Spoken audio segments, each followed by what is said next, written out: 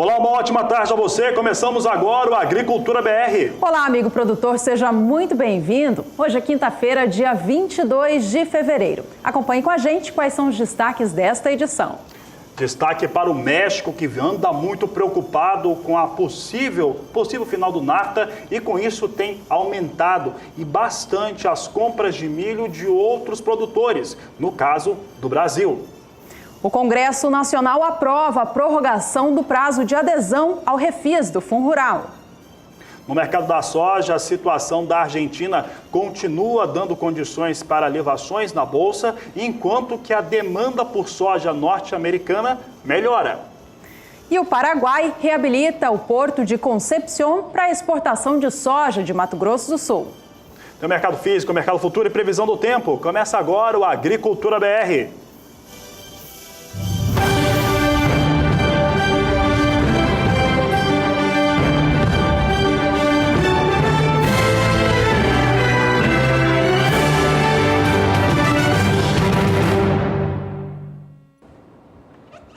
Foi prorrogada pelo Congresso Nacional nesta quarta-feira o prazo de adesão ao refis do Fundo Rural. Para a medida ser validada, ela ainda precisa passar pelo Senado e pela sanção presidencial. A medida provisória em questão é a 803 de 2017, que pede a prorrogação do prazo de adesão ao refis do fundo dos atuais dias da data atual, 28 de fevereiro, para o dia 30 de abril de 2018. Essa foi uma demanda da Frente Parlamentar da Agropecuária, que aponta a falta de estrutura da Receita Federal como motivo para a possível não conclusão da adesão dos milhares de produtores rurais dentro do prazo. A contribuição, que deixou de ser paga por alguns produtores rurais quando o Supremo Tribunal Federal considerou ela opcional em 2011 e depois voltou a considerá-la constitucional em 2017, incide sobre a receita bruta da comercialização da produção. Uma outra batalha da Frente Parlamentar da Agropecuária, ainda sobre o Fundo Rural, tem a ver com os vetos do presidente Michel Temer sobre a lei que institui o pagamento do Fundo Rural.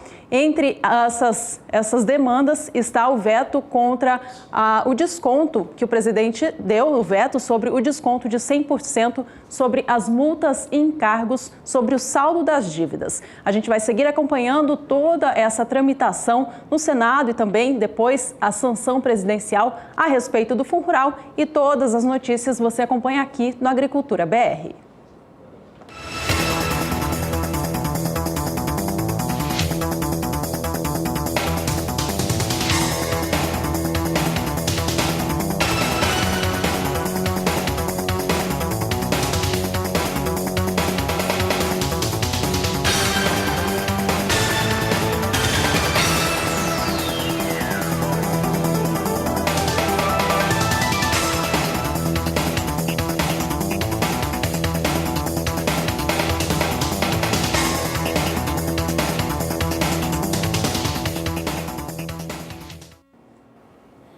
Nós temos o prazer de receber nessa edição do Agricultura BR, Jorge Zaidan, do Pecuária BR, e para falar de um assunto muito sério. Mas antes, boa tarde, Zaidan, seja bem-vindo aqui ao nosso programa. Boa tarde, Fabiano, boa tarde para a Juliana Comparim também, para todo mundo que está acompanhando o Agricultura BR. Obrigado pelo convite, um prazer. E eu estou aqui para fazer um convite para você acompanhar daqui a pouco o programa Pecuária BR. Começa às 6h15 no horário de Brasília, porque nós vamos trazer uma meteorologista para falar de um assunto muito preocupante, principalmente para os pecuaristas do Pantanal de Mato Grosso do Sul.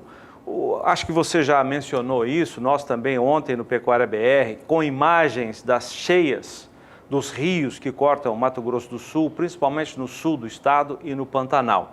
Transtornos para a cidade, para o campo. E o grande pico da cheia, que normalmente acontece no mês de maio, deve acontecer mais cedo esse ano, Fabiano, em abril, porque o volume de águas que desce do Mato Grosso é muito elevado. E quando há esse pico de cheia, o gado precisa ser retirado para as partes mais altas. E essa saída do gado ela é determinante. Às vezes, a diferença de um dia 2 dias determinam um prejuízo extremamente elevado com a morte de animais. Essa é uma operação que o homem pantaneiro ele está acostumado nessa retirada de gado, Zaidan, mas essa precisão de quando tirar, ela é fundamental para não ter prejuízos como nós vimos em alguns anos, como aconteceu em 2011, como aconteceu também em anos anteriores. Essas imagens são gravadas por nós em 2011, quando teve um pico de cheia muito elevado. Você vai ver ilhotas que acabaram ficando de fora da grande cheia, e o gado, o pecuarista que não conseguiu tirar o gado a tempo, teve que acomodar as cabeças todas nas ilhotas que você vai ver ainda nessas imagens. E há um risco grande disso acontecer, Fabiano,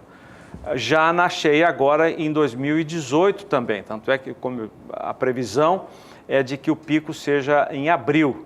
E ontem o Sindicato Rural de Corumbá, você sabe, é um dos municípios que tem o maior contingente de bovinos, mais de 1 milhão de cabeças. Ele é o município com o maior contingente de bovinos. E São Félix do Araguaia, no Pará, são os principais. O Sindicato Rural já emitiu um alerta para que o pecuarista retire imediatamente, esse termo imediatamente é do Sindicato Rural, o gado das partes mais baixas do Pantanal para as partes mais elevadas.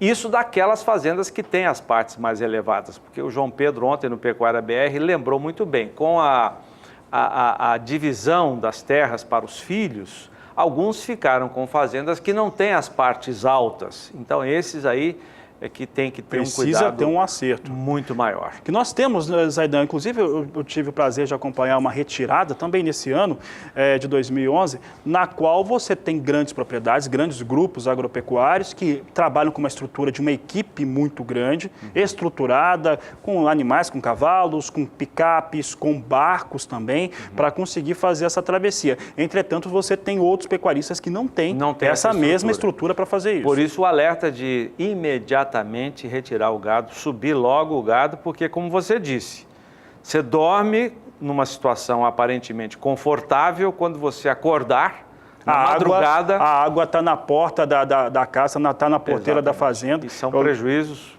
Eu lembro de um ano, quando eu era estudante ainda, estava fazendo uma reportagem numa fazenda do Pantanal, ficamos lá 2 dias, no dia que nós tínhamos que sair, o avião já não podia decolar, que não tinha pista para subir. É muito rápido. Tá certo, então, hoje fica o convite para vocês acompanharem no Pecuária BR, a partir de 6h15 no horário de Brasília. Esse assunto vai ser debatido. Teremos aqui uma meteorologista, especialista em questões de cheia do Pantanal, para abordar esse assunto.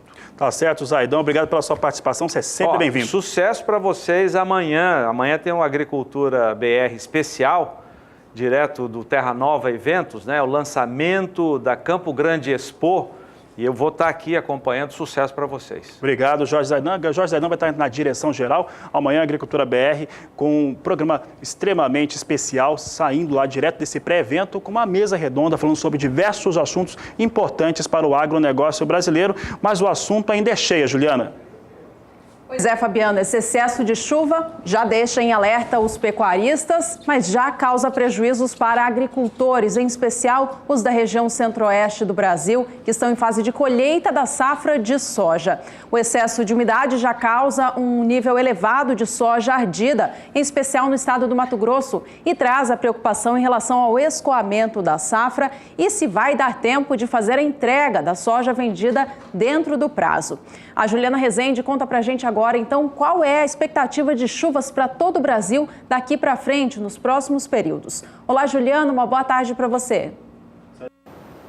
Olá, boa tarde a todos. Nos próximos dias, uma frente fria avança em direção à costa da região sudeste e ajuda a trazer mais instabilidades para a região central do Brasil. O avanço desse sistema ajuda a organizar um corredor de umidade. E aí os ventos lá no alto da atmosfera seguem mantendo as instabilidades mais concentradas aqui na região central do Brasil. O volume de água em Minas Gerais é bastante elevado, podendo passar até de 70 milímetros em apenas 5 dias. A chuva forte também persiste entre o estado de Goiás, Mato Grosso. Na metade norte do Brasil, as instabilidades tropicais também seguem atuando e o volume de água segue segue bastante elevado, passando de 50 milímetros nessas áreas entre o estado do Pará, Amapá, Tocantins, faixa norte da região nordestina. Conforme as instabilidades seguem fortes no centro e norte do Brasil, na região sul, o tempo seco ganha força. Uma massa de ar mais seco passa a avançar pela região sul e garante tempo firme nos 3 estados do sul do Brasil, sul do Mato Grosso do Sul e também no interior do estado de São Paulo. Onde chove é apenas na faixa leste da região sul, entre o litoral norte gaúcho até o litoral do Paraná, mas são pancadas de fraca intensidade e de curta duração. Já no decorrer da segunda semana, o tempo vai mudar no Brasil. Isso porque essa massa de ar mais seco agora da região sul perde intensidade e as instabilidades vão voltar a atuar na região sul. Volta a chover então no sul do Brasil, só que não vai ser pancadas com intensidade mais expressiva. São pancadas ainda de curta duração e também com baixo volume de água. Na região central do Brasil, a chuva começa a perder um pouco mais de intensidade porque aquele corredor de umidade agora já perde configuração. Ainda, uma área de baixa pressão segue atuando próximo à região sudeste e segue mantendo as instabilidades mais frequentes, especialmente no estado de Minas Gerais. No decorrer do terceiro e último período, todo o Brasil ainda segue recebendo instabilidades, então chove em todas as áreas brasileiras. As chuvas voltam a ganhar força no centro e no norte do Brasil. Então, durante as próximas semanas, todo o Brasil volta a receber instabilidades, ainda que de maneira mais frequentes no centro e no norte do país. Daqui a pouco eu volto com mais informações do tempo. Bom, então, reforço o convite. Hoje, a partir das 18 horas e 15 minutos, no programa Pecuária BR, o assunto é cheia e retirada de animais do Pantanal. Lembrando que deve ter essa situação agora de pico de cheia em abril, adiantando pelo menos em 20 dias aquilo que era esperado anteriormente. Um outro dado importante é que a Embrapa Pantanal, com a régua ali no Rio Paraguai, já tem mostrado que está subindo rápido mesmo o nível do rio.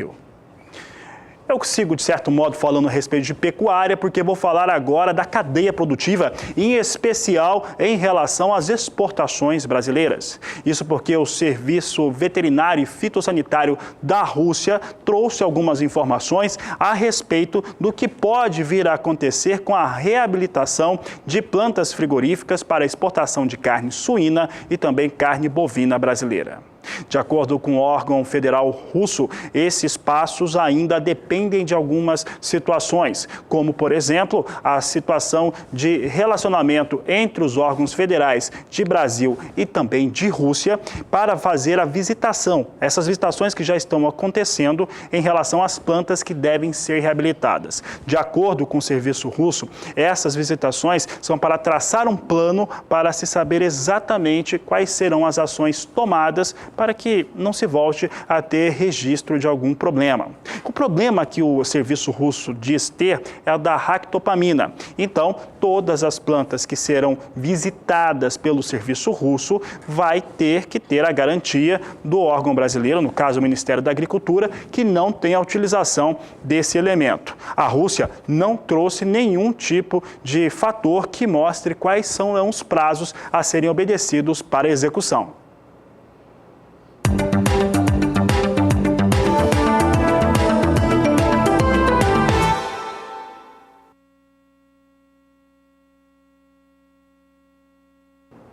Por aqui falamos a respeito de soja agora, vamos saber como é que vem se comportando os valores no mercado físico brasileiro. Você acompanha comigo agora o preço no Porto, você tem aqui os valores para o Porto de Paranaguá no acumulado de 30 dias com alta de 6,89%. Em 8 de fevereiro o valor era de R$ 72,50, valor que repetia no dia 13, R$ 72,50. No dia 16 subia para R$ 73,00 a saca de 60 quilos, enquanto nesse dia 20 de fevereiro R$ 76,50. Já nesse dia 22, nova alta, R$ 77,50, valor de referência para negócios no Porto de Paranaguá. Já no Porto de Santos, o preço da saca de 60 quilos da soja teve uma alta ainda maior nesses últimos 30 dias. Ela supera os 7,5%. É a soja subindo com força na Bolsa de Chicago, que tem principalmente elevado as cotações aqui no Brasil. A gente relembra então como eram os valores há 30 dias e como estão os preços atuais. No dia 8 de fevereiro, o preço da soja no Porto Paulista era de R$ 72,50 a saca.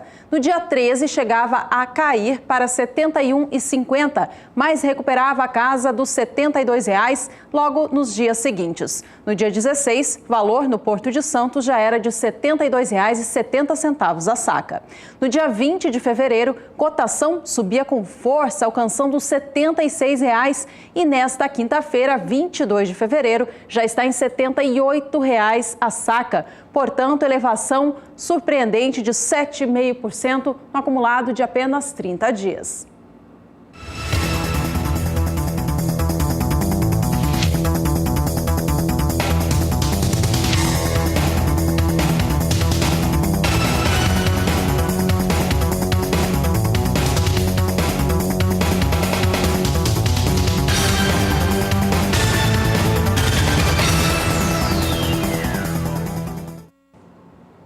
O Paraguai reativou nesta última terça-feira o porto da cidade de Concepción, que fica localizada a 200 quilômetros da fronteira com o Brasil. O porto, que estava abandonado, vai agora atender a exportação da soja de Mato Grosso do Sul com destino à Argentina, através do rio Paraguai. As instalações do porto têm a capacidade de receber 500 toneladas de grãos por hora de caminhões que desembarcam por lá. Já a carga naval do porto é de cerca de 1.400 toneladas por hora. A soja, que vai ser exportada da Argentina, ela vai chegar até Concepción, no Paraguai, através de uma via terrestre. Essa via teve o tráfego liberado pelo governo do Paraguai no mês passado. Para Mato Grosso do Sul, a situação é muito favorável. Representantes do governo têm visto como essa alternativa uma via de potencializar as exportações para a Argentina. Bom, e falando na Argentina, há uma nova previsão de redução na safra de soja do país. A Argentina tem sido motivo de pauta diária aqui no Agricultura BR por conta da seca que vem sofrendo ao longo dos últimos meses. O clima, a falta de água, prejudicou demais o desenvolvimento das lavouras de soja, o que acaba acarretando em uma safra bem menor do que estava sendo estimada no início do ciclo. Nesta última quinta-feira, a Bolsa de Comércio de Rosário fez um novo corte na projeção da safra de soja do país. A Bolsa agora estima que a Argentina colha 46.500.000 toneladas de soja na temporada 17-18. Esse número fica 5.500.000 toneladas abaixo da projeção apresentada pela Bolsa no mês de dezembro. Os números revistos também trazem alteração para a área de soja que foi perdida na Argentina. De acordo com a Bolsa de Comércio de Rosário, foram semeados neste ciclo 18 milhões de hectares, mas a área perdida já chega a 716 mil hectares. Comprometida pela falta de água, a produtividade média das lavouras também tem uma projeção muito baixa. Os dados da Bolsa de Comércio de Rosário mostram o quanto cada região produtora da Argentina tem apresentado de rendimento, pelo menos por enquanto. A província de Entre Rios tem um rendimento médio estimado de apenas 33,3 sacas por hectare. Em Buenos Aires, o rendimento tem média de cerca de 44 sacas. Em Córdoba, segue a marca de 45,3 sacas por hectare, enquanto Santa Fé encabeça, por enquanto, as melhores expectativas, com cerca de 51 sacas por hectare da safra de soja. A média nacional para a Argentina, estimada pela Bolsa de Comércio de Rosário, está em 44,6 sacas por hectare, que fica bem abaixo do nível que eles alcançaram no ano passado, que foi superior a 53 sacas. Ainda falando de soja no cenário internacional, nesta quinta-feira, exportadores privados norte-americanos informaram ao Departamento de Agricultura dos Estados Unidos novas vendas avulsas da oleaginosa. Foram 110 mil toneladas comercializadas para destinos não declarados como entrega para esta temporada e também na próxima. Vamos saber como é que ficou então essa divisão. Você tem aqui o que aconteceu, o que foi informado na manhã de hoje. Para a entrega na temporada 17-18, 55 mil toneladas, entrega na temporada 18-19 55 mil toneladas, um total de vendas em 110 mil toneladas. Vem aquecido esse momento em relação à soja norte-americana. Juliana, trouxemos agora dois fatores, né, que têm dado suporte, têm dado elevação para os preços lá nos Estados Unidos. O primeiro e o mais importante deles, você acabou de destacar, a Argentina, que vem passando uma série de dificuldades climáticas e isso acaba tendo essa condução para uma produção e produtividade menor com a soja. O outro é que tem um certo aquecimento com soja nos Estados Unidos. A gente acompanha então como que a Bolsa de Chicago reage a estas informações que surgem a todo momento. Negócios com a soja em Chicago vêm operando próximo à estabilidade nesta quinta-feira, mas já operaram em baixa ao longo da manhã. Ainda assim, as cotações vêm em patamares bem altos, bem mais elevados na comparação com poucos dias atrás. A posição de março, que é de mais curto prazo, negocia a soja agora a 10 dólares 35 centes por bushel, leve alta de 0,07%. A posição de maio vem a 10 dólares 46 centes. Julho opera 10 dólares 55 centes mais 50 por bushel, enquanto a posição de agosto, 10 dólares 56 centes por bushel. Tem dado também suporte ao valor da soja aqui no mercado físico nacional. O outro elemento é o dólar comercial no Brasil, que por questões políticas do país, o governo está muito focado nesse momento em segurança pública, na intervenção no estado do Rio de Janeiro, e isso faz com que alguns elementos importantes, como a reforma previdenciária, fique de lado. Isso tem ajudado a manter o dólar mais elevado. Vamos saber como é que a moeda americana vem agora. Nesse momento tem alguma correção, com queda de 0,36%, mas ainda assim em patamares bem mais elevados do que víamos há 10, 15 dias. Vem agora R$ 3,25 mais o dólar comercial no Brasil. E nós vamos para o primeiro intervalo dessa edição. Você que está aí na sua casa, na sua propriedade rural, acompanhando o programa, não deixe de participar com a gente. Para fazer isso é muito fácil, é só mandar uma mensagem pelas redes sociais, Twitter, Instagram ou também Facebook ou ainda pelo aplicativo WhatsApp. Nosso número é o 67996562266. Você participa mandando fotos, vídeos aí da sua realidade no campo ou também mandando sugestões e perguntas para o programa. Você pode mandar perguntas agora, porque daqui a pouco nós vamos receber aqui em nossos estúdios a Alessandra Piano, ela que é a realizadora da Campo Grande Expo. Amanhã tem um pré-evento muito especial, começa cedo, dura todo o dia e o Agricultura BR vai ser de lá. Daqui a pouco todas as informações a respeito deste grande evento que tem apoio do Canal do Boi. E nesta sexta-feira o Agricultura BR é especial, isso porque ele vai acontecer direto do espaço Terra Nova, na capital de Mato Grosso do Sul, na oportunidade de um pré-evento da Campo Grande Expo. Vamos ter, neste dia, a participação da Sociedade Rural Brasileira, que vai falar sobre a participação da mulher no agronegócio. A Sudeco também vai participar comentando a marca histórica do Fundo Constitucional de Financiamento do Centro-Oeste, o FCO, que em 2017 alcançou 1 milhão de contratações. E não é só isso, teremos a participação também do Ministério da Agricultura, Pecuária e Abastecimento, que vai falar sobre o programa ABC, Agricultura de Baixo Carbono, as tecnologias e os desafios para a implementação. E por fim, o Ministério ainda vai falar a respeito das tecnologias sustentáveis que existem hoje em dia para a produção agropecuária do Brasil. É nesta sexta-feira, Agricultura BR, a partir do meio-dia, direto da Campo Grande Expo. Nós esperamos você!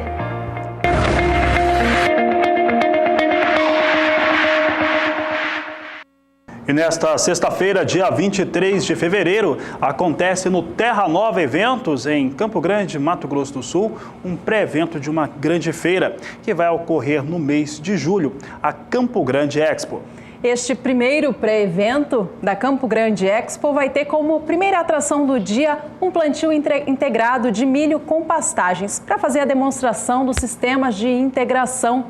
Um dos outros assuntos da programação é um debate que vai acontecer ao vivo através do Agricultura BR. Nós estaremos por lá também fazendo toda a transmissão do evento.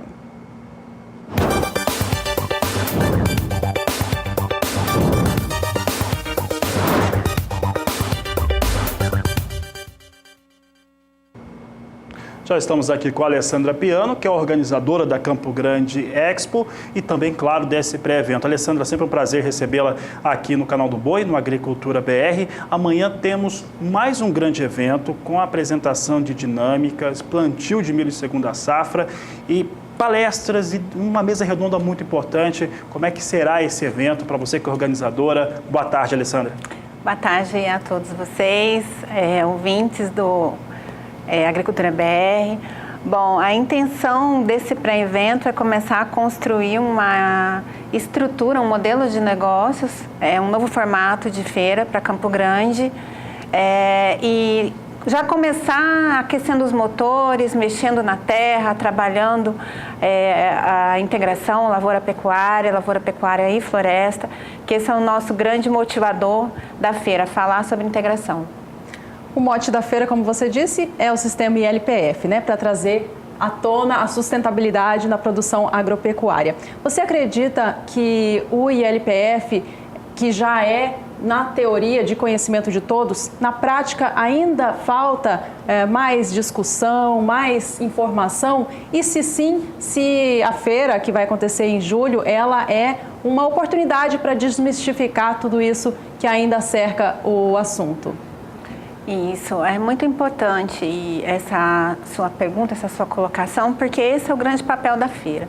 A feira ela tem como motivador tirar todas as dúvidas que o produtor rural tenha. O produtor rural, o pecuarista tenha com relação às formas de integração.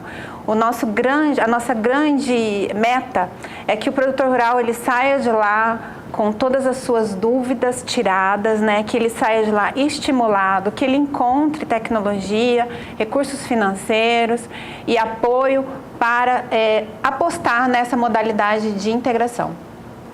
Alessandra, a feira, eu tenho acompanhado essa organização sua já há algum tempo, ela tem um foco, claro que tem um foco comercial, tem as possibilidades de negócio, tem participação também de bancos para a disposição de recursos de crédito, mas também tem muita questão da informação para o produtor rural.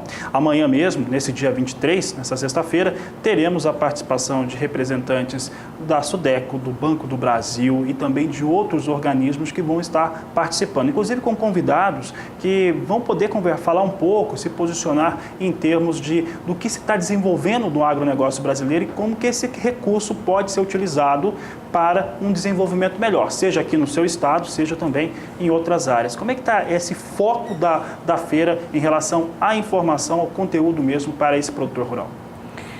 Eu acredito que uma feira bem-sucedida, a parte comercial, ela é só uma consequência. E para que ela seja bem-sucedida, o conteúdo hoje é fundamental. Então, trazer um pouco mais do mesmo, para mim, não seria motivador, né? Então, o que nos motiva é fazer um modelo de negócio completamente diferente e que venha de encontro à necessidade do produtor rural.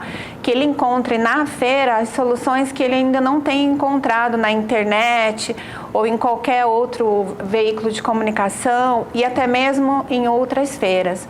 Nós queremos falar de integração, falar de pecuária, de agricultura, mas falar num formato diferente, de uma forma em que o produtor rural ele acesse muito mais a informação e a tecnologia do que ele vem conseguindo fazer nos eventos. Alessandra, esse pré-evento de amanhã vai ser uma vitrine, né, do que vai ser a feira lá na frente. Nós temos imagens para o pessoal de casa acompanhar, imagens em 3D do que vai ser esse evento, né? Aqui a gente está acompanhando um espaço bastante amplo, preparado para receber esse público.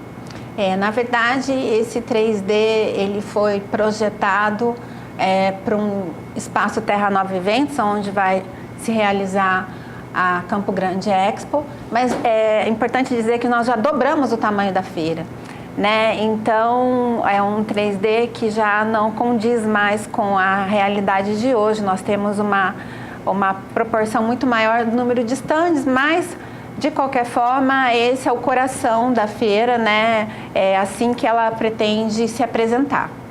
Alessandra, a feira, principalmente esse pré-evento dessa sexta-feira, ela traz em debate assuntos importantes, tem o recurso financeiro, desenvolvimento do Centro-Oeste, tem a participação da Sudeco, que é sempre importante lembrar, do Banco do Brasil também, e tem a participação da mulher no agronegócio, né? É uma feira que está sendo organizada por uma mulher. Hoje ainda, nesta quinta-feira, eu sei que você tem uma reunião importante também no Sebrae, né, que está debatendo, discutindo esse assunto, né, da mulher na atividade do agronegócio brasileiro. Como é que você hoje avalia essas ações e essa iniciativa mesmo que está tendo no seu estado e em todo o país? Bom, a feira ela é temática, ela se apresenta com 5 temas. Nós teremos o Dia da Mulher do Agro, o Dia do Jovem do Agro, o Dia do Pantaneiro, o Dia do Leite e o Dia da Lavoura. Então, dentre esses temas, obviamente que nós temos uma programação específica para cada dia. E cada dia a feira amanhece com uma roupagem diferente de acordo com o tema. Nós vamos estar respirando e transpirando o tema durante todo o dia. E o Dia da Mulher do Agro acabou sendo um dia muito procurado, né? As mulheres muito interessadas, talvez porque eu sou mulher, né? Estou na liderança dessa feira, mas também porque encontramos ainda muitas resistências, né? Então, o intuito de fazer essa reunião agora, que acontece hoje às 15 horas no Sebrae, todos estão convidados a participar, obviamente as meninas, né, as mulheres, justamente para que nós possamos construir juntas a programação do Dia da Mulher do Agro, que vai acontecer dia 18 de julho, na programação da feira, e nesse dia realizarmos então uma programação bem bacana, bem interessante, que venha de encontro à necessidade da mulher. Alessandra, esse evento de amanhã é o primeiro pré-evento, né? Tem um segundo que antecede ainda a feira. Qual é ele? Isso. O segundo vai acontecer no dia 26 de maio. Será um sábado, que nós vamos iniciar o sábado com a silagem, né, de parte do milho que nós vamos estar plantando hoje. Vai haver também algumas palestras e nós vamos finalizar amanhã do dia de campo com uma churrascada gourmet. Nós vamos estar recebendo aqui em Campo Grande pela primeira vez os Bárbaros, que são um grupo de chefes gourmets muito famosos do interior de São Paulo, que vão estar aqui trazendo um churrasco de primeira para a gente estar conhecendo e preparado com a nossa carne. Tá certo, Alessandra. Bom, não vamos continuar falando de churrasco agora no horário do almoço, mas falando do evento de amanhã, pré-evento, que nós temos uma abertura já cedo, no horário local, 7h30 da manhã. Nós temos o início do plantio de milho de segunda safra. Vai seguir com conversas e depois palestras. Nós vamos ter dos convidados, vamos ter uma mesa redonda com a Agricultura BR, eu e a Juliana estaremos lá, e temos programação também no horário vespertino. É isso, Alessandra? É isso, exatamente. E paralelo a essa programação toda vai acontecer o tradicional feirão do Banco do Brasil, né, que ele vai estar lá com várias marcas presentes, e o público que tiver interesse em estar lá realizando bons negócios já nesse dia, estão todos convidados. Todos os eventos são abertos ao público? Exatamente, todos são abertos ao público, e por conta do feirão estar acontecendo junto com o dia de campo, não há necessidade sequer de inscrição prévia. É só chegar até o Terra Nova Eventos. Tá certo, Alessandra. Quero agradecer a sua participação aqui no Agricultura BR, e amanhã, bem cedo, estaremos juntos. Se Deus quiser. Obrigada a todos. Até amanhã. Nós conversamos aqui com a Alessandra Piano, que falou a respeito da Campo Grande Expo. Fica o convite, amanhã, Agricultura BR especial, direto da Campo Grande Expo, direto do Terra Nova Eventos.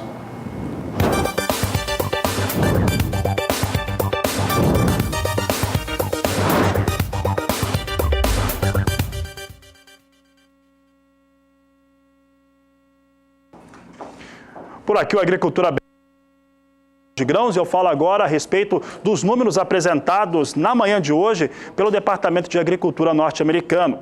Estes números, eles estão relacionados às informações de exportadores privados que trouxeram mais um levantamento com dados de vendas. No caso, para destinos não declarados, vamos saber quanto que foi vendido agora. Volume de 130 mil toneladas, destino é não declarado, campanha de entrega 2017-2018.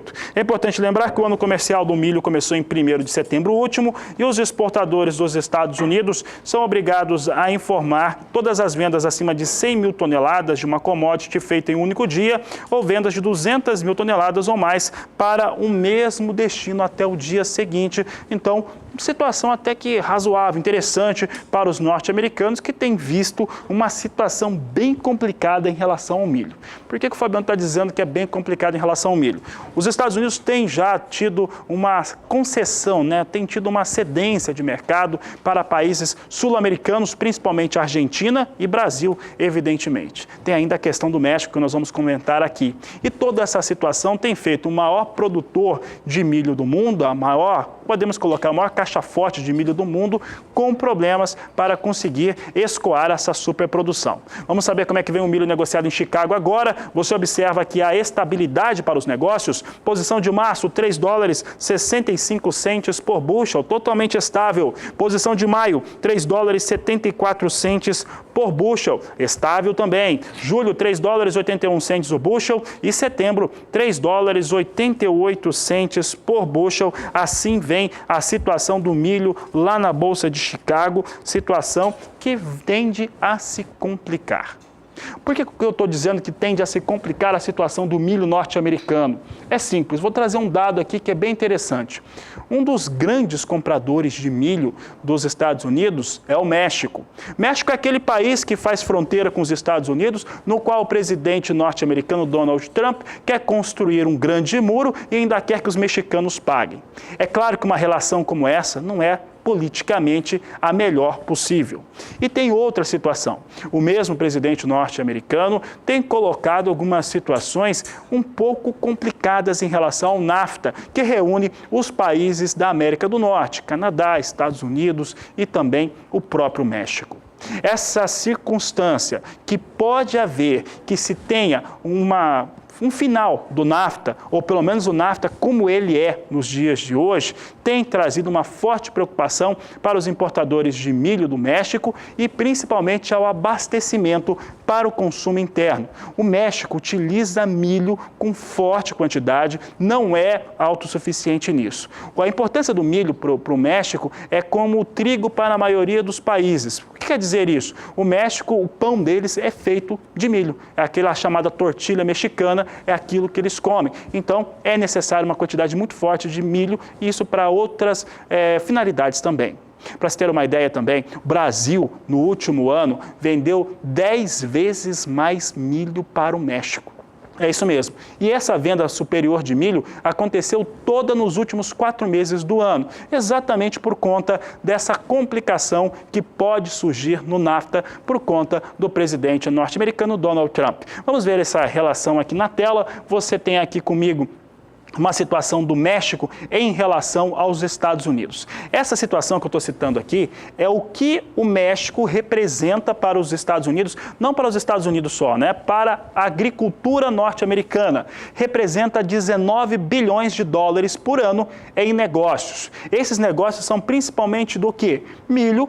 O México é o maior comprador de milho dos Estados Unidos. Soja, o México é um dos 3 maiores compradores de soja dos Estados Unidos e tem também compra de laticínios e até mesmo de aves poedeiras, de acordo com os dados do Departamento de Agricultura norte-americano. Essa situação aqui tem sido motivo de debates, de discussões lá nos Estados Unidos, em relação ao Congresso norte-americano, com os representantes, os deputados que representam a bancada ruralista lá dos Estados Unidos. Ela tem discutido esse tema porque eles não querem, evidentemente, perder um mercado de 19 bilhões de dólares por ano. Apesar disso, não tem sensibilizado muito o presidente Donald Trump, que tem acreditado que tem que pressionar ainda mais o México. Bom, os governantes mexicanos não são bobos nem nada, muito menos os comerciantes que fazem essa importação. É por isso mesmo que eles estão buscando outras alternativas. E essas alternativas passam, é claro, pelo Brasil. E no último ano, aparentemente num critério de experimentação, os mexicanos compraram milho do Brasil. É claro que a quantidade, quando eu mostrar aqui, você vai assim, não, mas isso é pouco, o volume é pouco. Mas isso foi um teste. Isso porque o México, ele quase não comprava milho do Brasil. Aumentou em 10 vezes essa compra. Essa atividade de compra de milho do Brasil e da Argentina também é uma espécie de laboratório. Por quê? Precisa-se saber como é que é a chegada, custo de logística, porque, claro, vai ficar mais longe. Estados Unidos faz fronteira com o México. E olha só como é que ficou a situação da compra mexicana de milho brasileiro. Veja só, de acordo com o Serviço de Informações Agropecuárias e Pesca do México, em 2017, os mexicanos importaram 583 mil toneladas de milho do Brasil. Um aumento, olha só, é bem alto, 970% de aumento. Eles quase não compravam, vieram para 500 mil de toneladas, o que ainda é pouco frente àquilo que o Brasil exporta, mas traz aqui uma forte expectativa em relação a esse mercado mexicano, para a saída do milho do Brasil para outros destinos. Esse aumento aqui, ele não é à toa, principalmente quando você considera quando aconteceu, nos últimos 4 meses do ano de 2017. Mais do que isso, o ano de 2018 começou no mesmo ritmo. O México continua comprando milho do Brasil.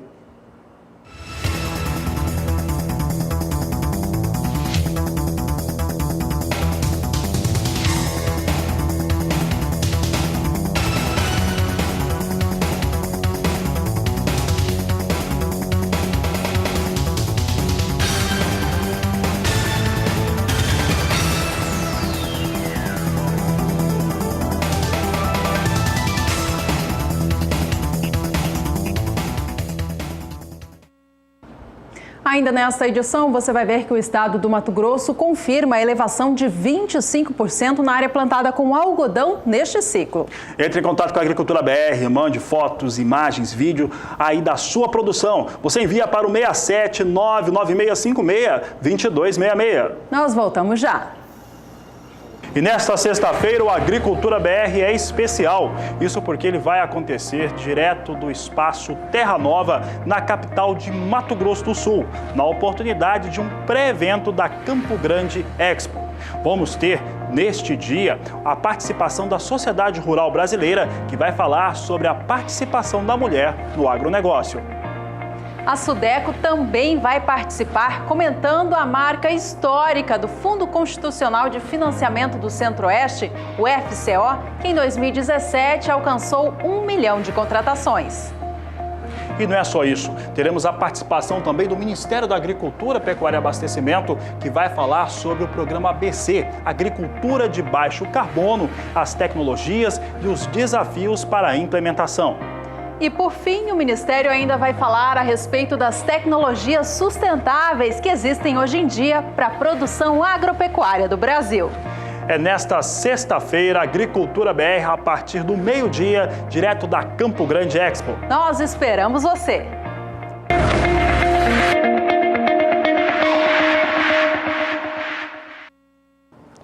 A Agricultura BR agora traz em destaque o cenário do café no Brasil. Eu começo resgatando alguns números das exportações brasileiras. Esses números das exportações são da Secretaria de Comércio Exterior e foram compiladas pela Embrapa. Vamos ver agora que os embarques no ano de 2017, considerando de janeiro a dezembro, evidentemente, ultrapassaram a marca de 30 milhões de sacas que deixaram o país. Um número ligeiramente menor do que aquilo que acontecia no ano de 2016.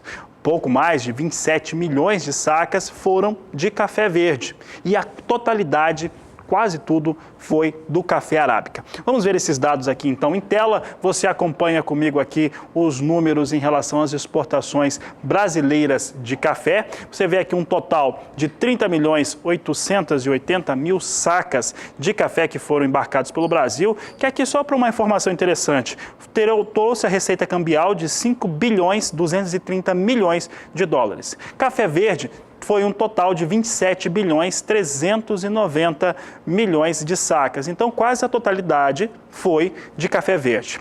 Dessa café verde que deixou o Brasil, quase tudo é arábica. 27 milhões e 100 mil sacas de café arábica verde deixaram o país. Apenas 293 mil sacas eram de equivalência do café robusta. Café robusta teve um problema, nos últimos anos por conta da seca e também da sua capacidade de produção. Aqui ainda falando um pouco disso, adicionalmente o total de café industrializado foi de 3 milhões 490 mil sacas de café que deixaram o Brasil no ano de 2017. Vamos agora às informações do mercado físico. Preço da saca de café no Brasil, tanto a do arábica quanto a de conilon, vem representando a queda nos últimos meses. A baixa tem a ver com a expectativa da safra 2018, que deve ser positiva. Os valores do arábica já somam uma queda superior a 2,5% no acumulado deste mês de fevereiro. O preço atual está em R$ 433,90, tomando como base a saca de 60 quilos do grão tipo 6, classificação bebida dura para melhor. Essas cotações que a gente vê na tela são apuradas pelo CPEA no estado de São Paulo. Valores, portanto, para o arábica, para os negócios que vêm acontecendo nos últimos dias. Vamos saber então como é que vão os negócios com o café arábica, agora na referência internacional, café arábica negociado na Bolsa de Nova York. Você acompanha comigo aqui, Nova York tem exercido uma pressão negativa terrível sobre o café no Brasil, ou seus operadores, os investidores de lá.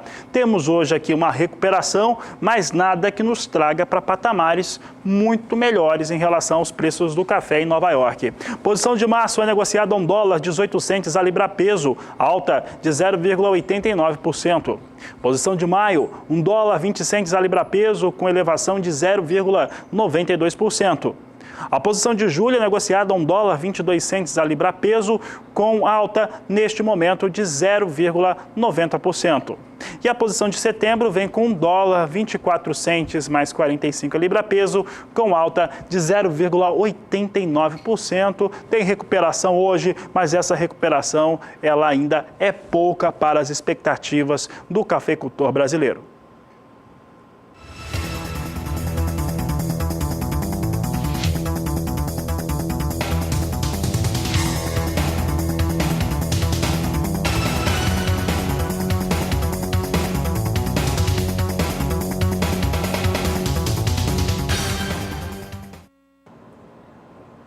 E as lavouras de café arábica do Brasil seguem em desenvolvimento. Nos próximos meses devem dar início às atividades de colheita. O estado de Minas Gerais é o maior produtor, seguido por São Paulo, Rio de Janeiro e também o Paraná. Vamos saber como que o clima está para estas áreas produtoras agora com a Juliana Rezende. O cenário para a produção de café arábica no Brasil ainda segue bastante otimista. Isso porque ao longo dos últimos períodos a umidade do solo seguiu elevada nessas áreas produtoras de café, como o estado de Minas Gerais, São Paulo, Rio de Janeiro e também o estado do Paraná. Os índices em grande parte dessas áreas produtoras passam de 90%. Nos próximos 5 dias ainda tem previsão de chuva, só que dessa vez as instabilidades vão seguir atuando de maneira mais intensa entre Minas Gerais e Rio de Janeiro. O volume de água no estado mineiro é bastante elevado, isso por conta da passagem de uma frente fria pela costa da região sudeste, que ajuda a organizar um corredor de umidade. Então as pancadas no estado de Minas Gerais seguem fortes e frequentes. Entre o estado de São Paulo e o Paraná, é o tempo mais seco que vai predominar por conta do avanço de uma massa de ar mais seco.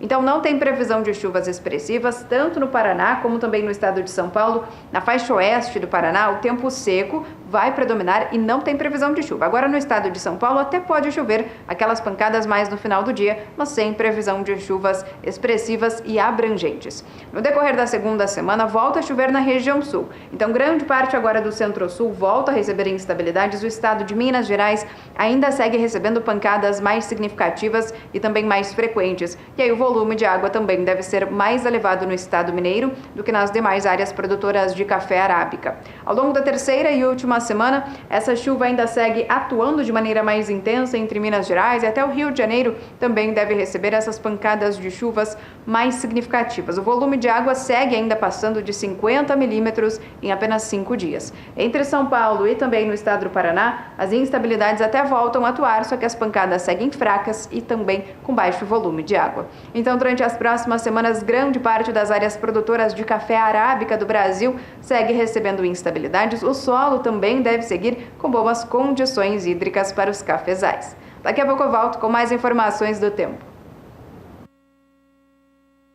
Obrigada, Juliana. Até já. E por aqui a gente continua falando dos valores do café no Brasil, desta vez para a variedade Conilon, produzida no Espírito Santo, na Bahia e também no estado de Rondônia. Os valores também vêm pressionados, assim como os de arábica, por conta da expectativa de recuperação de mais uma safra seguida, em especial sobre o estado capixaba, que sofreu com seca durante 3 anos seguidos. O acumulado deste mês de fevereiro, no entanto, tem mostrado alguma reação nos preços. Tanto é que nesta quarta-feira, dia 21 de fevereiro, foi registrada uma alta no valor da saca no estado do Espírito Santo.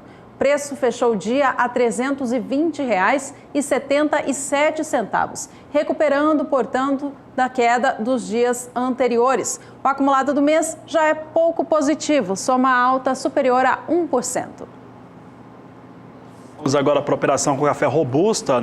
Os negócios acontecem em Londres, uma referência importante para o Conilon aqui no Brasil. Observe que hoje tem correção nos negócios depois de 2 dias seguidos de elevação. Posição de março vem com alta de 0,49% para $1.798 a tonelada. Maio, $1.760 a tonelada, com queda de 0,33%. Posição de julho perde 0,27% para $1.787 a tonelada, enquanto que a posição de setembro, neste momento, é negociada a $1.794 a tonelada, recua 0,20%. Negócios em Londres com ligeira correção nesta quinta-feira.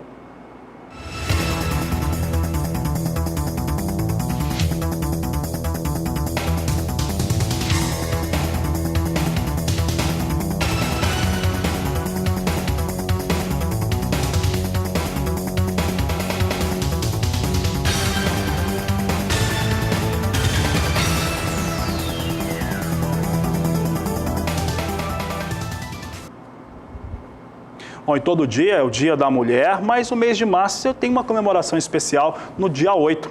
É por isso que o Agricultura BR está organizando uma semana muito especial, com reportagens, com entrevistas que você vai acompanhar na semana do dia 8 de março. A repórter Kylie Rodrigues também está preparando esse material especial e mostra pra gente agora um pouquinho do que você vai ver lá na frente. Pessoal, eu estou hoje aqui na Embrapa Gado de Corte gravando uma reportagem especial para o dia 8 de março, que é considerado o Dia Internacional da Mulher. Na reportagem nós vamos mostrar exemplos de mulheres que estão fazendo a diferença no agronegócio. A reportagem completa você acompanha nos nossos programas do SBA. E por aqui nós vamos para mais um rápido intervalo. Ainda hoje você fica sabendo como fica o clima para a colheita do arroz na região sul do Brasil. Entre em contato com a Agricultura BR, participe conosco. Você pode mandar sua mensagem para o Facebook do programa, para o Twitter do programa e também para o WhatsApp, o 67 99656 2266. Nós já voltamos. E nesta sexta-feira o Agricultura BR é especial, isso porque ele vai acontecer direto do espaço Terra Nova, na capital de Mato Grosso do Sul, na oportunidade de um pré-evento da Campo Grande Expo. Vamos ter, neste dia, a participação da Sociedade Rural Brasileira, que vai falar sobre a participação da mulher no agronegócio. A Sudeco também vai participar comentando a marca histórica do Fundo Constitucional de Financiamento do Centro-Oeste, o FCO, que em 2017 alcançou 1 milhão de contratações. E não é só isso, teremos a participação também do Ministério da Agricultura, Pecuária e Abastecimento, que vai falar sobre o programa ABC, Agricultura de Baixo Carbono, as tecnologias e os desafios para a implementação. E por fim, o Ministério ainda vai falar a respeito das tecnologias sustentáveis que existem hoje em dia para a produção agropecuária do Brasil.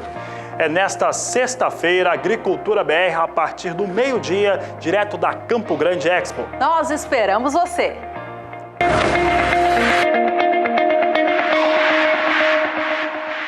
Já está acontecendo o evento que marca a abertura oficial da colheita do arroz no Rio Grande do Sul.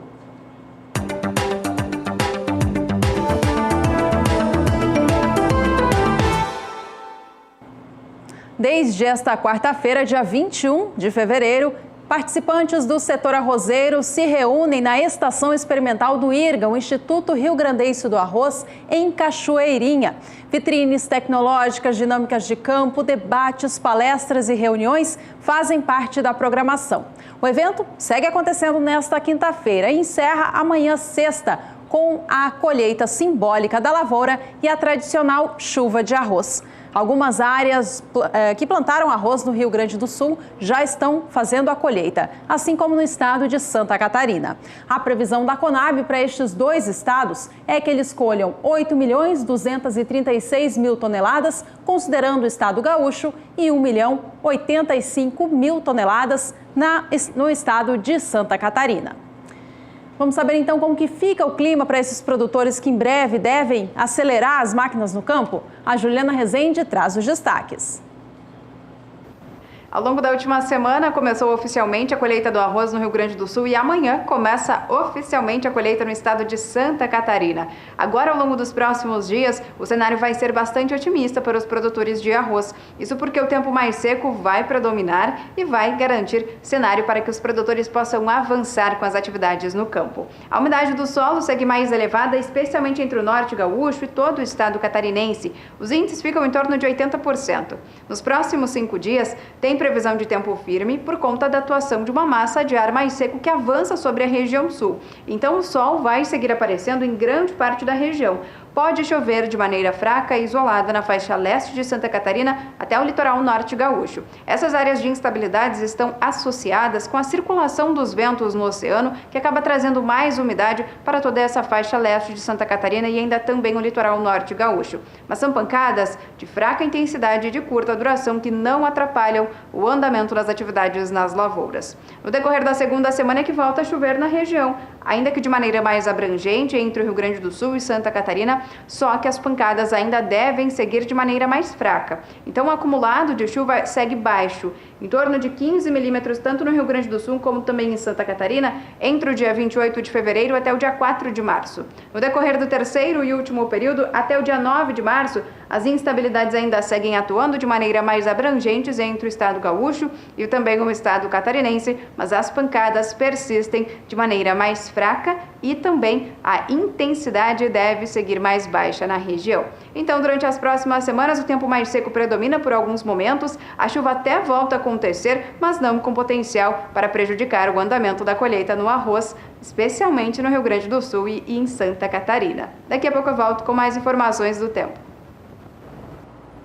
E chegou a hora da participação de mais um telespectador aqui no Agricultura BR. É o quadro Somos Todos Produtores. Somos Todos Produtores é sempre um espaço para o telespectador estar aqui no Agricultura BR conosco. E hoje nós temos a participação de mais um telespectador do interior do Mato Grosso do Sul, do município de Deodápolis. Quem participa conosco hoje é o Aparecido. Ele nos enviou a sua área de cultivo de soja. Ele cultiva em 77 hectares e na propriedade ele nos disse que espera uma produtividade de 55 sacas por hectare. Está aí a área de produção do Aparecido. Aparecido, um grande abraço. O pessoal aí de Deodápolis também, interior de Mato Grosso do Sul.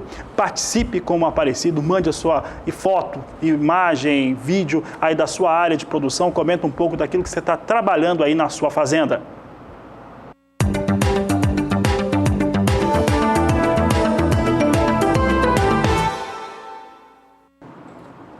Com o plantio da safra 17/18 de algodão praticamente encerrada, o estado do Mato Grosso pôde, enfim, confirmar o total de área que foi plantada. os números mostram uma forte elevação de extensão destinada à cultura do algodão. Vale a gente destacar que não é só o Mato Grosso que tem elevado a área plantada com a fibra. A Bahia também, por exemplo. Isso se dá por conta da expectativa de fortes exportações em 2018, o que deixa um cenário do mercado bastante positivo. Com isso, os produtores de algodão estão otimistas e investindo mais na cultura. Os dados da Associação Mato Grossense dos Produtores de Algodão mostram a elevação de uma safra para outra. Enquanto no ciclo passado, temporada 16-17, a área destinada ao algodão no estado foi de 626.700 hectares. Para a temporada atual, a previsão é de 783 mil hectares, portanto, elevação de 25%. 17% de toda essa área foi cultivada na primeira safra e os 83 restantes na segunda safra, sucedendo a cultura da soja. Vamos acompanhar agora como vem o mercado do algodão, então? O destaque é para os Estados Unidos, referência internacional para essa commodity. Os negócios por lá vêm operando com queda nesta quinta-feira. A baixa é próxima a 0,5% para essas posições de mais curto prazo que têm negócios acontecendo hoje. O algodão negociado em Nova York para entrega em março opera agora 78 centes de dólar mais 45 por libra-peso. Maio vem a 79 centes de dólar mais 92 e a posição de julho agora altera um pouquinho, vem para 80 centes mais 80 por libra-peso.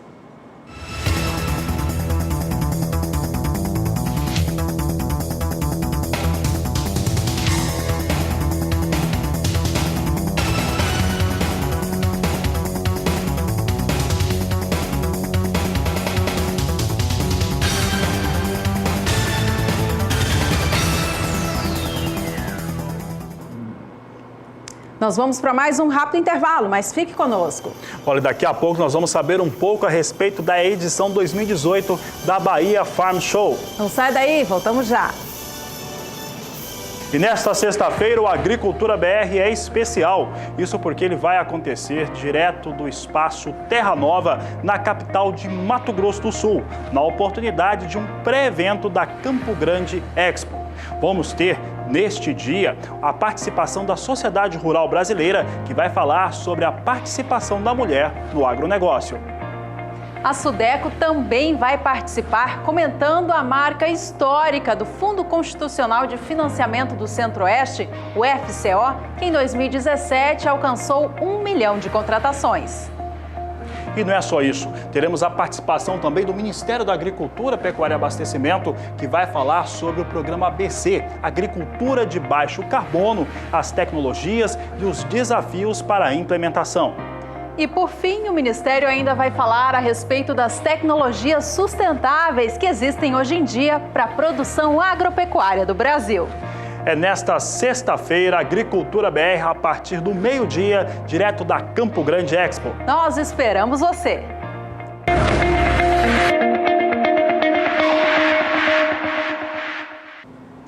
E por aqui o Agricultura BR fala sobre grandes eventos que acontecem pelo país nesse ano de 2018. Na região Nordeste, a feira que tem o maior destaque é a Bahia Farm Show, que traz equipamentos, que leva equipamentos, tecnologias, técnicas de campo e muita informação para o produtor rural. É por isso que nós conversamos agora com a organizadora, coordenadora do evento, a Rose Ferrato. Boa tarde, Rose. Boa tarde, Fabiano, Juliana e telespectadores do canal do Boi. Rose, o que o público pode esperar da edição 2018 da Bahia Farm Show? 2018, o público pode esperar o que ele já vem acompanhando há mais de 14 anos. Bons negócios, novas tecnologias, novos expositores, os já consagrados, e esse ano teremos um aumento de 20% de novas marcas vindo inclusive do exterior, da Índia, dos Estados Unidos e delegações da Argentina. E como tem sido o desenvolvimento das culturas agrícolas na região nordeste do país, principalmente a soja? Nos últimos 3 anos, nosso crescimento está em torno aí de 15%, sendo desses 15%, 10% na área de soja. Como esse ano é um ano bom, um ano de chuva, então a gente está aí confiante que vamos fazer uma excelente colheita. Então faça para o telespectador que está nos assistindo um convite para a feira. Bom, venha a Bahia Farm Show, né? 14 anos de feira, aguardando todos vocês aqui em Luiz Eduardo Magalhães, dos dias 29 de maio a 2 de junho. Contamos com a presença de todos.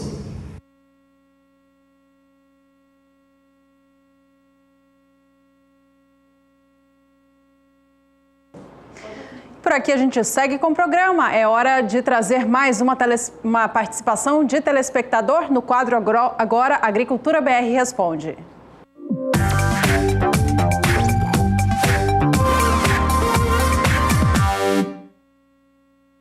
E a gente fala com os telespectadores da Bahia do Agricultura BR Agora, que sempre participam. Já aproveito para mandar um abraço a todos vocês. Eles que mandaram mensagem para a gente são o José Antônio, de Serra do Ramalho, o Raimundo Tomás, de Irecê, e a Valdineia Martins, de Brejolândia. Todos, é claro, querem saber como fica o clima para o estado baiano. Quem responde é a Juliana Rezende. Respondendo aos telespectadores baianos que querem saber como é que fica o tempo agora ao longo dos próximos dias na Bahia. Bom, a disponibilidade hídrica do solo aumentou bastante no estado da Bahia, isso porque voltou a chover de forma mais expressiva ao longo dos últimos dias. A umidade do solo agora varia em torno de 50% aqui nas áreas em verde, alcançando até 80% no extremo oeste baiano. Nos próximos 5 dias, o cenário ainda segue com instabilidades mais significativas no estado da Bahia. São pancadas de chuva que acabam sendo influenciadas por instabilidades lá no alto da atmosfera. Então tem previsão de chuva mais significativa no oeste até o norte baiano. Grande parte do estado da Bahia também recebe instabilidades, só que nas demais áreas a chuva ocorre com menor volume. No decorrer da segunda semana, entre os dias 28 de fevereiro até o dia 4 de março, a chuva agora já começa a perder intensidade. Mesmo assim, ainda pode chover em grande parte do estado da Bahia, só que agora as pancadas ocorrem de maneira mais intercaladas, com dias de tempo mais seco, e as pancadas acabam sendo com fraca intensidade. O volume de água dessa vez não passa de 15 milímetros no oeste da Bahia, 30 milímetros na faixa sul baiana. No decorrer da terceira e última semana, até o dia 9 de março, a chuva volta a ganhar intensidade novamente na Bahia. E dessa vez, as instabilidades ganham força o suficiente para aumentar a disponibilidade hídrica do solo na maior parte do estado, porque tem previsão de chuva forte com volume elevado. Dessa vez, chove acumulados de até 70 milímetros no sul, na faixa leste da Bahia. No oeste e no norte, as pancadas também seguem bastante significativas e o volume de água fica em torno de 50 milímetros. Então tem previsão de chuva no estado da Bahia ao longo das próximas semanas, e essas instabilidades vão voltar a ganhar intensidade na maior parte do estado, especialmente no começo do mês de março. Hoje eu encerro por aqui a minha participação. Até mais! Obrigada, Juliana. Até mais. E obrigada a todos vocês da Bahia que participaram do quadro hoje. Este foi o Agricultura BR Responde.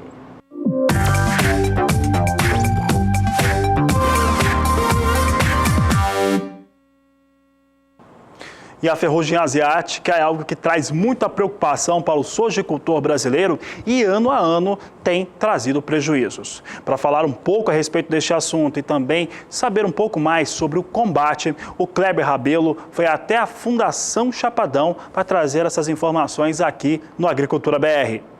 E aí ele sai e vai pelo vento. O vento Esta é uma folha contaminada pela ferrugem asiática. É possível identificar a doença através dessas pequenas manchas escuras chamadas de pústulas de ferrugem ou lesões. Elas podem aparecer em qualquer estágio da plantação e comprometer toda a lavoura. A ferrugem asiática foi diagnosticada pela primeira vez no Brasil em 2001 e desde então é a principal doença que atinge a cultura da soja no país. A rapidez com que ela se espalha já causou perdas de até 80% da produção de lavouras e um prejuízo de 2 bilhões de dólares na safra anterior, segundo dados do consórcio antiferrugem da Embrapa. Diante de uma doença altamente destrutiva, o pesquisador da Fundação Chapadão explica que detectar o problema no início e controlá-lo pode fazer toda a diferença e ser um fator decisivo entre lucro e prejuízo em relação à produtividade da lavoura. você tem que monitorar a tua cultura. Monitorar é você acompanhar o que está ocorrendo, porque não é só ferrugem que ocorre outras doenças. Nossa região ocorre mancha-alvo, ocorre mofo branco, ocorre, enfim, uma septória, uma enormidade de doença. Mas a ferrugem é a mais destrutiva. Então é importante que ele acompanhe a evolução da cultura da soja para que ele possa saber quais as doenças estão ocorrendo, para que ele possa fazer o uso de um produto mais específico para controlar essa ou aquela doença. No caso da ferrugem, ele vai monitorando a ferrugem tende a surgir na cultura de baixo para cima. Então, a partir do momento que a cultura está instalada, ele começa a monitorar e pegar aquelas folhas de baixo, levar para o laboratório, pega uma lupa de 180 vezes, dá uma olhada para ver se tem presença da doença ou não. Então, isso é muito importante. De acordo com o último levantamento feito pelo consórcio anti-ferrugem, foram registrados mais de 430 casos de ferrugem asiática no Brasil na safra deste ano. O estado com o maior número de ocorrências foi o Paraná, com mais de 100 casos. Mato Grosso do Sul fica em terceiro lugar nessa lista, com 59 ocorrências registradas. O pesquisador da Fundação Chapadão ainda explica que a ferrugem asiática é inevitável na lavoura, devido à rápida expansão e disseminação da doença pelo vento. Por isso, é importante monitorar sempre a plantação, realizar a aplicação de fungicidas no momento certo e respeitar o vazio sanitário. Tudo começa com um planejamento que a gente tem que fazer. A partir do momento que o nosso estado vai plantar soja, os produtores têm que entender que existe o vazio sanitário. O vazio sanitário é o momento onde nós não podemos ter a cultura da soja presente numa outra lavoura que porventura a gente tenha implantado. Especialmente, isso falando milho safrinha, porque o vazio sanitário é de 15 de junho a 15 de setembro. Então isso é muito importante que o produtor faça esse vazio sanitário. E outra coisa muito importante é o seguinte, é que o plantio de soja, o último dia dele plantar soja é 31 de dezembro. Após 31 de dezembro, ele não pode plantar mais soja, porque plantio de soja mais tardio, o que vai acontecer? Vai deixar essa doença no campo num período onde os outros produtores começam a colher soja. E por acaso, esporo de ferrugem que tem, vai atacar muito essa lavoura e vai haver uma modificação, e ele vai perder o controle, não vai ter como você conter essa disseminação dessa doença com muita intensidade. Kleber Rabelo para o SBA.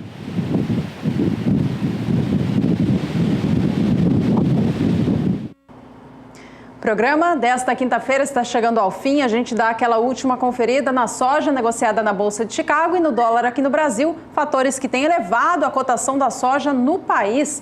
Vamos à soja em Chicago, em primeiro lugar, que nesta quinta-feira agora vem operando em alta. O rumo dos negócios já mudou bastante ao longo do dia. Abriu a quinta em queda, vinha em estabilidade, agora vem com elevação. Posição de março opera $10,36 por bushel. Maio, $10,47 mais 75, alta de 0,21%. Soja negociada para julho opera $10,56 mais 75 por bushel, subindo 0,16%, enquanto a posição de agosto vem na cotação máxima do dia a $10,57 mais 50, elevação de 0,18%. Bom, para encerrar os dados, os números dessa edição da Agricultura BR, vamos trazer agora o dólar comercial negociado no Brasil, evidentemente, dólar que hoje vem com ligeira correção, queda de 0,18% a R$ 3,25 mais 7. E esta edição fica por aqui, obrigada pela companhia e até a próxima. Este é o Agricultura BR. A inteligência e a transparência do agronegócio sempre com você. A todos uma ótima tarde e até mais. E nesta sexta-feira o Agricultura BR é especial, isso porque ele vai acontecer direto do espaço Terra Nova, na capital de Mato Grosso do Sul, na oportunidade de um pré-evento da Campo Grande Expo. Vamos ter, neste dia, a participação da Sociedade Rural Brasileira, que vai falar sobre a participação da mulher no agronegócio. A Sudeco também vai participar comentando a marca histórica do Fundo Constitucional de Financiamento do Centro-Oeste, o FCO, que em 2017 alcançou 1 milhão de contratações. E não é só isso, teremos a participação também do Ministério da Agricultura, Pecuária e Abastecimento, que vai falar sobre o programa ABC, Agricultura de Baixo Carbono, as tecnologias e os desafios para a implementação. E por fim, o Ministério ainda vai falar a respeito das tecnologias sustentáveis que existem hoje em dia para a produção agropecuária do Brasil.